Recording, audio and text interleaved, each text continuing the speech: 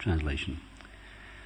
As one can derive fire from wood, milk from the milk bag of the cow, food grains and water from the land, and prosperity in one's livelihood from industrial enterprises, so by the practice of Bhakti Yoga, even within this material world, one can achieve your favor or intelligently approach you. Those who are pious all affirm this. Purport by Srila Prabhupada. This first paragraph I will not be talking very much about, so please listen very carefully. Although the Supreme Personality of Godhead is nirguna, not to be found within this material world, the entire material world is pervaded by him, as stated in Bhagavad Gita. Maya tatam idam sarvam. The material world is nothing but an expansion of the Lord's material energy, and the entire cosmic manifestation rests upon him. Matstani sarvabhutani. Nonetheless, the Supreme Lord cannot be found here. Nachaham teshvavistitaha. A devotee, however, can see the Supreme Personality of Godhead through the practice of Bhakti Yoga. One ordinarily does not begin to practice Bhakti Yoga unless he has practiced it in previous births. Moreover, one can begin Bhakti Yoga only by the mercy of the spiritual master and Krishna.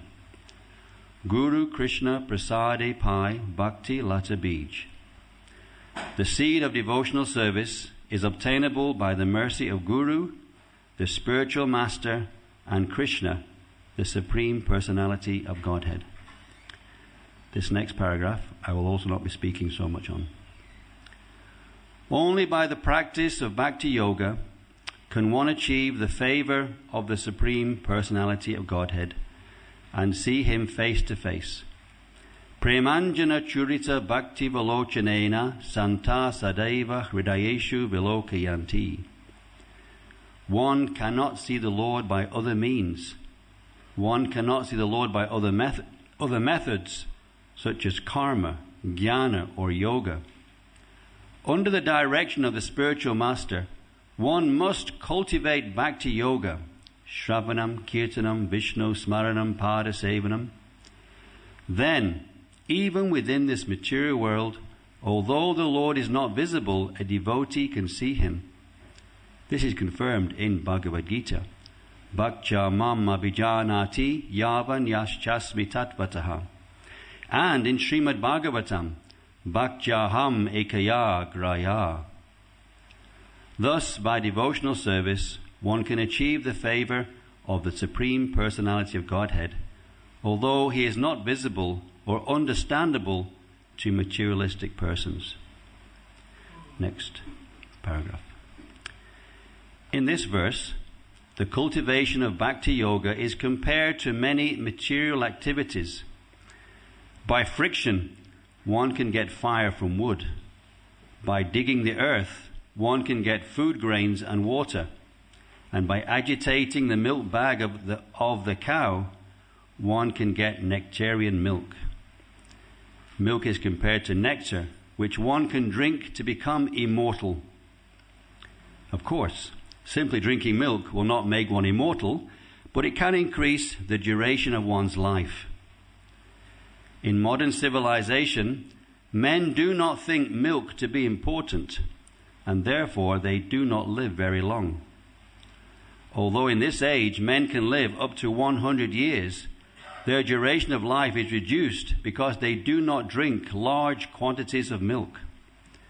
This is a sign of Kali Yuga. In Kali Yuga, instead of drinking milk, people prefer to slaughter an animal and eat its flesh. The Supreme Personality of Godhead, in his instructions of Bhagavad Gita, advises Goraksha, which means cow protection. The cow should be protected, milk should be drawn from the cows, and this milk should be prepared in various ways. One should take ample milk, and thus one can prolong one's life. develop his brain, execute devotional service, and ultimately attain the favor of the Supreme Personality of Godhead. As it is essential to get food grains and water by digging the earth, it is also essential to give protection to the cows and take nectarian milk from their milk bags. Next paragraph.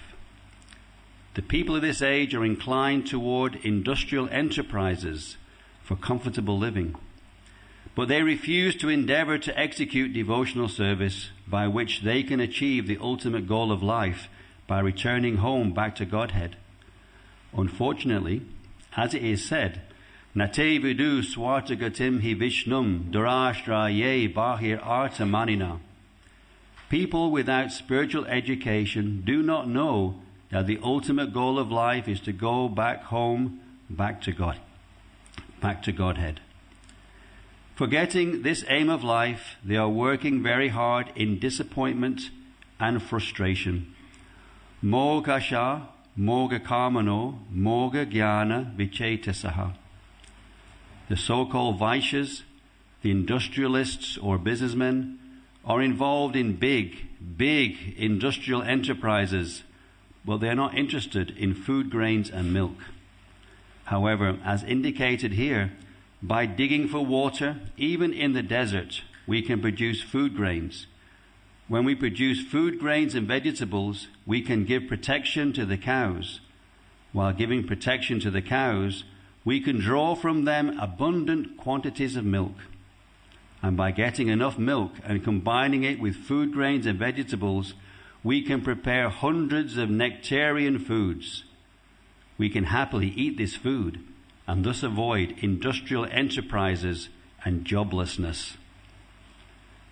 Agriculture and cow protection are the way to become sinless and thus be attracted to devotional service.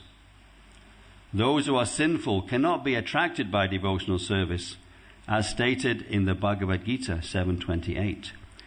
Yesham tu antagatam papam jananam punya karmanam te dvandva moho nirmukta bhajanti mam dridhavrata. Persons who have acted piously in previous lives and in this life, whose sinful actions are completely eradicated, and who are freed from the duality of delusion, engage themselves in my service with determination. The majority of people in this age of Kali are sinful, short-living, unfortunate and disturbed. Manda sumanda matayo manda bhagya hi upal drutaha. For them, Chaitanya Mahaprabhu has advised, Hare Nama, Hare Nama, Hare Nama eva kevalam, kalo nastyeva nastyeva, nastyeva gatir anyata. In this age of quarrel and hypocrisy, the only means of deliverance is chanting the holy name of the Lord. There is no other way. There is no other way. There is no other way. Om Jnana Timirandasya Jananjana Shalakaya Chakshuran Militam Yena Tasmai Shri Gurave Namaha. In every field of service, there are some particular verses which are very important to underpin and to give guidance about that particular area of service. And this verse and purport would be one of those very powerful verses that those in the field of cow protection and agriculture would refer to. And particularly in these controversial times where there are questions about whether devotees should drink milk. And this purport unequivocally, very difficult to say anything else, uses words like essential. It is essential to drink milk. It is essential to protect cows. And this is very interesting because this verse is talking about how you can understand, how you can find Krishna in the material world. Just like it says here, Yatagnim Edasi, finding fire in wood. Like, for example, we're now surrounded by fire. In all these wooden pieces of wood, there's fire there resting. And with a certain type of arrangement, by friction, you can bring it out. In fact, we know that ourselves. If you rub your hands together on a cold day, that friction creates heat. Now, there are some examples where actually people go in flames. We remember in the pastimes of Dhritarashtra, he actually went to the forest, and by mystic yoga, his whole body became engulfed in mystic fire. So sometimes, even in ordinary life, there are examples of spontaneous combustion where people just burst into flames. We also hear that Krishna says, I am the fire of digestion. So within our stomach there's a fire. And whether that fire is working well or not, then we get indigestion or we can digest our food. So this fire is in the wood. And by friction, you can bring it out. It's kind of a different way of looking at it. They say we burn fire. But actually we say the fire comes out of the wood. It's there, but it just comes out of the wood. And by friction. I've never made fire. Anybody here made fire using wood? By rubbing? One person. So if we get stuck, we know who to go to.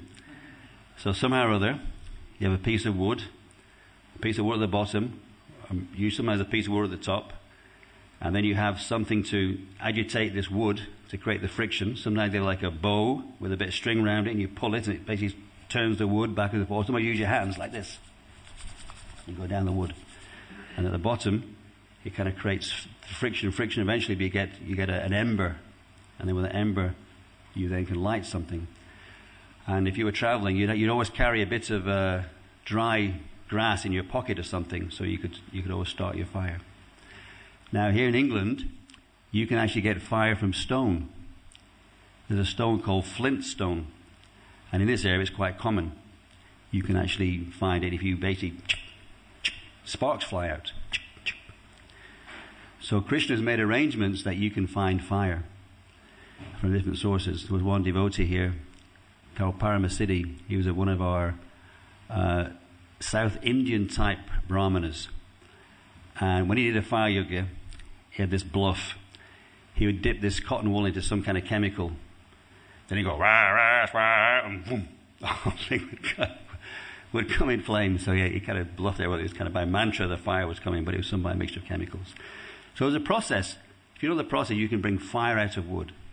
Similarly, if you know the process, you can find Krishna in the material world. Then he says here, Amritam Goshu, milk from the cow. So milk is there, but there's a way of getting it out. Now, if you did go to a cow and say, give me some milk, you can wait all day. Sometimes you find the cows giving milk when they have their calf. Sometimes the milk is dribbling. It dribbles out of the udders without any kind of activity. They're so eager. But that's not very common. Actually, we do read in the Krishna book that the cows would muddy the fields by their udders just dripping milk onto the grass, just spontaneously. But there's usually a process. And that process is by agitating, I think probably use the word, agitating the milk bag of the cow. Now, it's very interesting because recently I became aware that cows are more miraculous than I thought. When I first took over the Goshala in 92, there was a cow that had given milk for 8 years without a calf. She was a miracle cow. I think when she died, in the newspapers, it was described as a miracle cow. And what they said was they had impregnated her, but she never got pregnant. But somehow they started swelling in the udder, and they started pulling on her udder, and she started giving milk. So gradually, as I went around Europe, I heard other stories also, that somehow or other a cow would start swelling in the udder, and the devotees would start pulling on the udder, and first of all it became water, and within 2 weeks it became milk. I'd experienced myself, I think last year, I went to Germany, Simmerchalam, and they had a black cow there, which there was a slight swelling in her udder, so I just pulled it a little bit, and I found a bit of water coming out. I said, why don't you just try it? I've heard that people have done this, and it's got milk. So they tried it, so now that cow's giving like 10 litres of milk a day or something. Now, when I was in Hungary last year, they told me that actually it's very common in Hungary to get a cow to give milk without even having a calf. It's part of their history.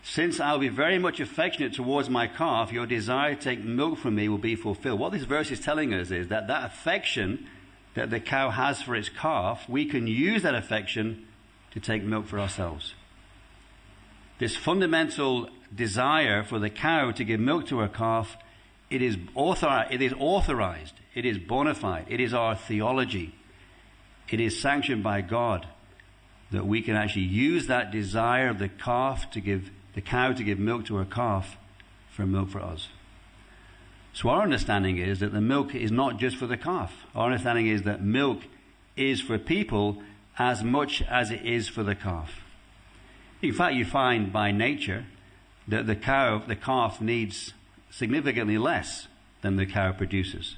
Now, sometimes they breed certain cows in certain ways that they don't become too milky, because their aim is for a different kind of cow that basically they're going to kill these cows. But the normal dairy cows give more milk than the calf needs. This is an arrangement by Krishna. Sometimes Prabhupada, in some purports, he gives quantities of milk that the cows used to produce, and that's very similar to modern modern breeding cows. So there's a process of getting milk, and it requires these three things again: the calf, a bucket, and a person.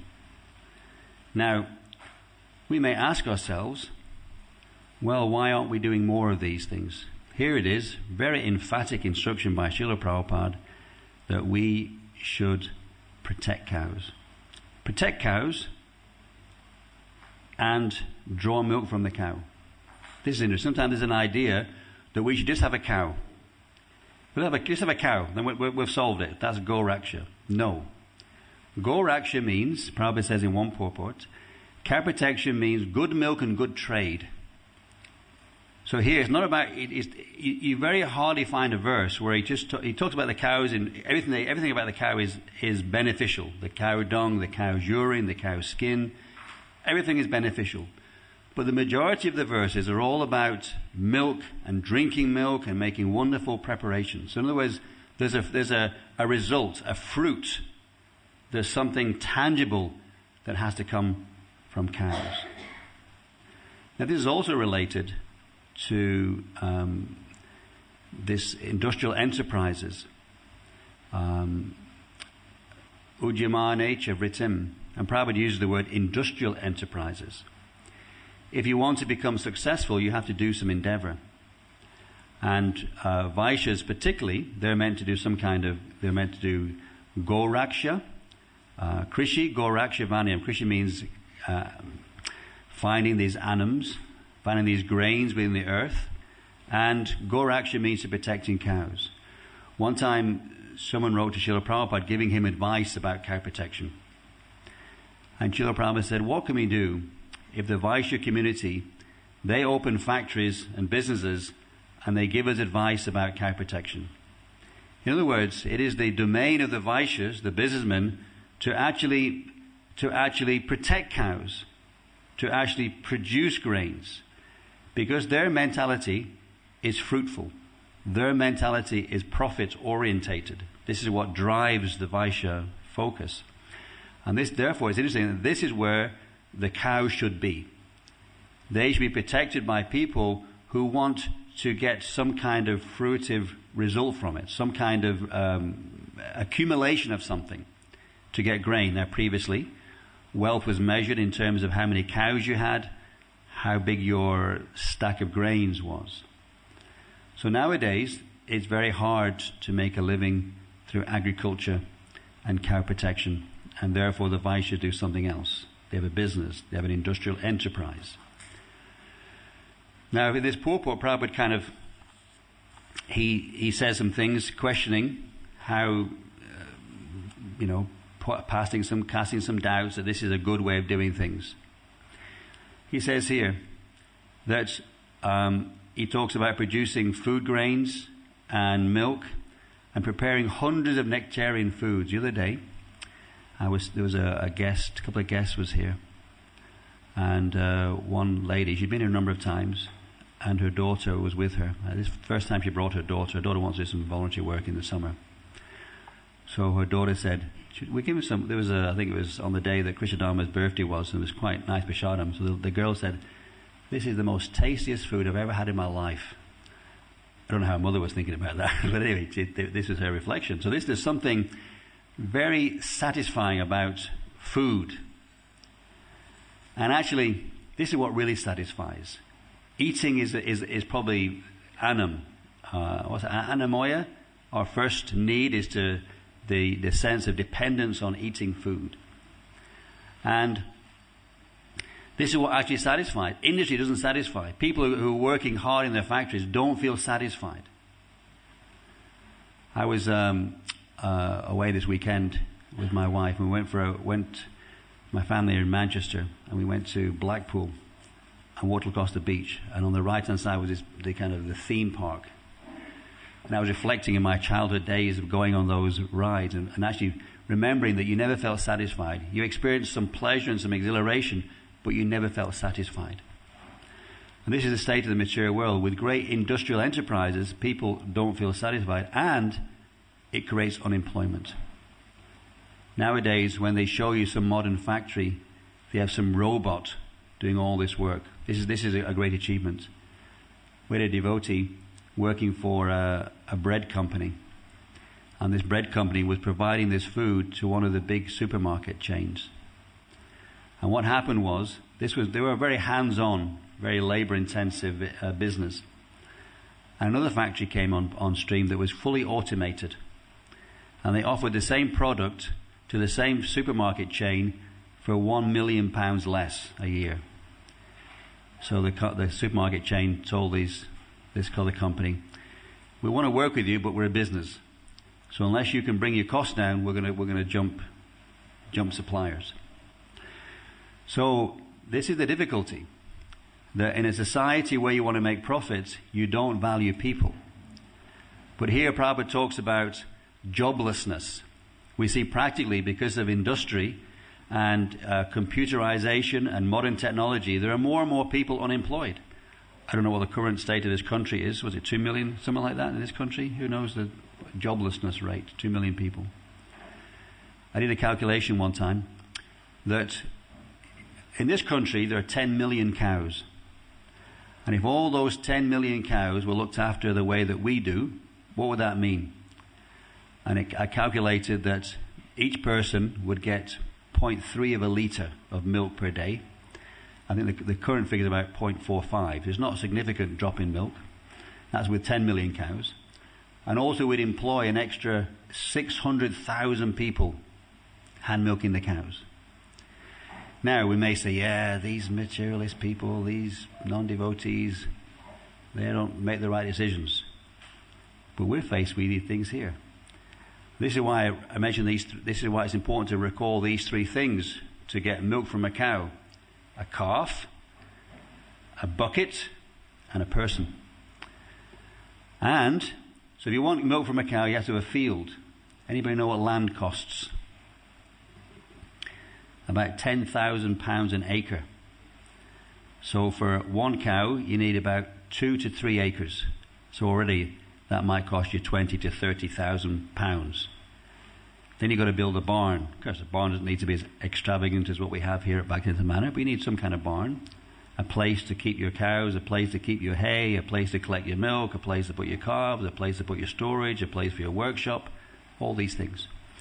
If we wanted to fulfill Srila Prabhupada's wish here at Bhaktivedanta Manor and have a herd of 150 cows, we would need to buy a 300-acre farm. That would cost us 2 million quid.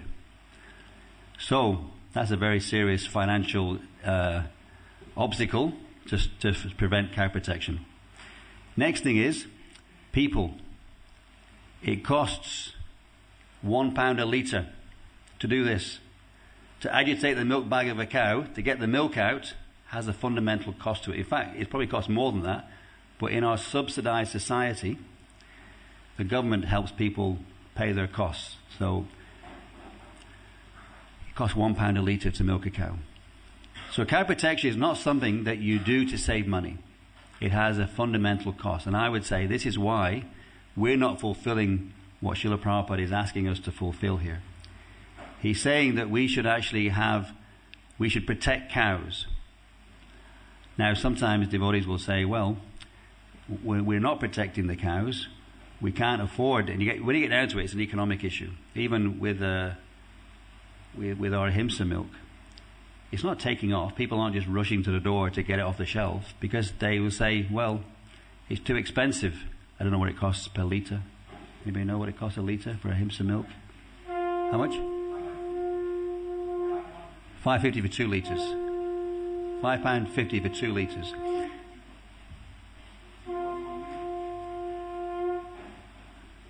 So it costs 5 times the local milk price. So it's very difficult for people to that. Although our ethics is cow protection, there's a financial cost to it. And this is the dilemma. Now, if we don't, but the point is that we have to solve this dilemma. Srila Prabhupada wanted us to have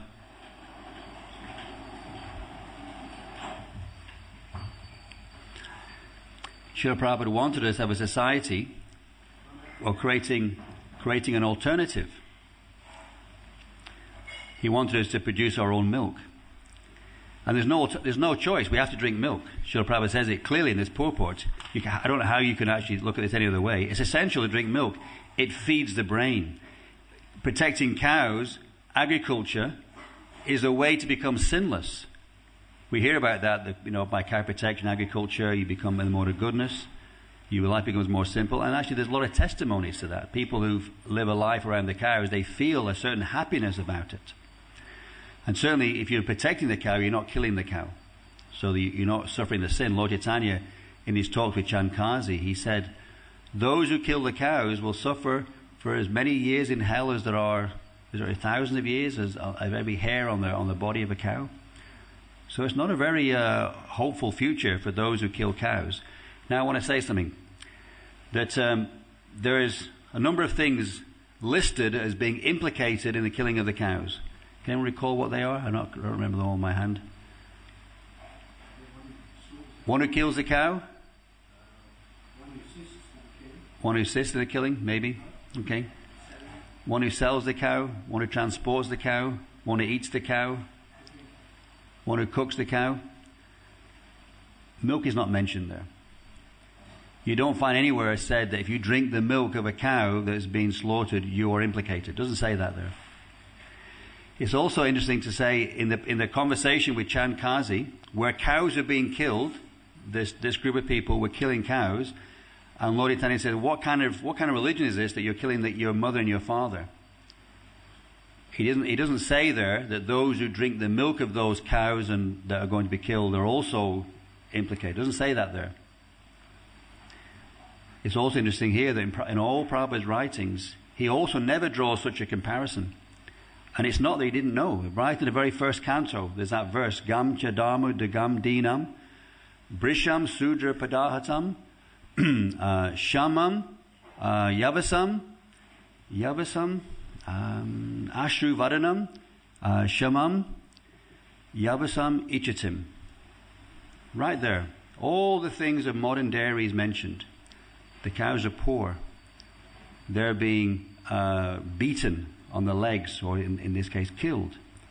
They're desiring their calf. They're crying with tears in their eyes. They've lost their calf. And they're standing weak and as if desiring some grass. This is what we see today in modern dairy. This was spoken, written 5,000 years ago.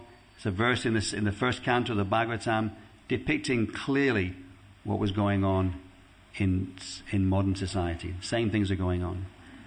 And Srila Prabhupada says here, in 8 cantos later, drinking milk is essential. He could have said, actually, only drink milk from cows that you protected. Doesn't say that. Milk is so essential, we should drink it. At the same time, he wanted us to actually have cows. He says here we have to protect cows. And that's the expensive bit. You might like the milk of a cow, but you have to feed the cow, you have to take care of the people who take care of the cows, and this is the expensive bit. And this is the difficulty. This is why we don't have a society where there are more cow protection projects, because of the economics of the whole scenario. So there's a process. There's a process of milking a cow to get milk. There's a process of attaining livelihood from enterprise. There's a process of getting fire from wood, or in English cases, you get fire from flint. There's a process of finding Krishna in the material world, and by the process of devotional service. So this lifestyle that Srila Prabhupada has talked about here, he says it's conducive. This is somehow conducive for Krishna consciousness. Agriculture and cow protection are the way to become sinless and thus be attracted to devotional service. So it suggests here in very clear terms that if you lead a certain lifestyle, it's helpful for devotional service. Now maybe in time we can reflect and see how this has manifested. Agriculture means to cultivate the earth. How many people here have milked a cow? Anyone milked a cow? Anybody here not milked a cow? We have one lady, I think she maybe have some terminal illness, and she had a list of things she wants to do, I think, before she passes on. And one of them is to come and milk a cow. So she's going to come and milk one of our cows. Anyone here driven an ox? Even less. This is the real barometer. Many years ago, I met an Indian couple. I was visiting them in their house, and I talk about their time when they had back in India when they had a village, and I asked them about calves. Would you prefer a bull calf or a female calf? And they said, we prefer a bull calf. Why? Because that bull calf will do transportation, will do plowing. Nowadays, if you say to people, would you prefer a bull calf or a cow? They'll say a cow. Because a bull has got no value. It's got no purpose. What would you do with a bull today in the 21st century? We struggle from it. We hardly have any bulls working. For example, at the moment at Manor we have 20 oxen that can work. And they're not all working all the time. It's not that we don't have a lot of work for them. We're not even able to do all the work for them. But the difficulty is that if you want to work a bull, you have to have a person to work the bull. How do you cover the cost of the person to work the bull? The economics is not very conducive. Now, what did Prabhupada say? What was his solution to this dilemma of oxen? Anyone recall what he said? He said you go out in Sankirtan, 10 miles this way, 10 miles that way. He even said you take the produce from the farm and you go into central London. Wow. So very controversial thoughts.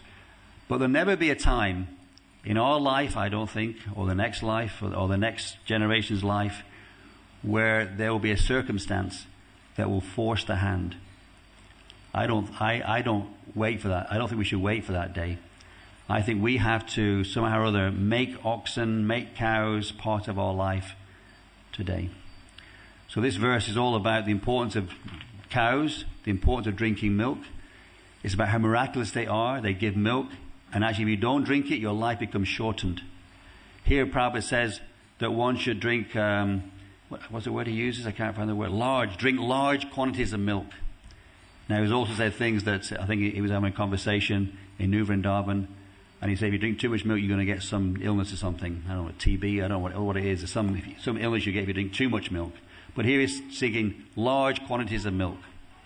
In that conversation also, he mentioned that devotees should drink 1 pint of milk a day, and then he said, okay, half a pint of milk a day. Now, if you have for example, if you buy a punnet of chili paneer in the shop, it weighs, I think, 0.4 of a kilo. That 0.4 of a kilo is worth 4 liters of milk. So that 1 punnet of paneer is 4 liters worth of milk.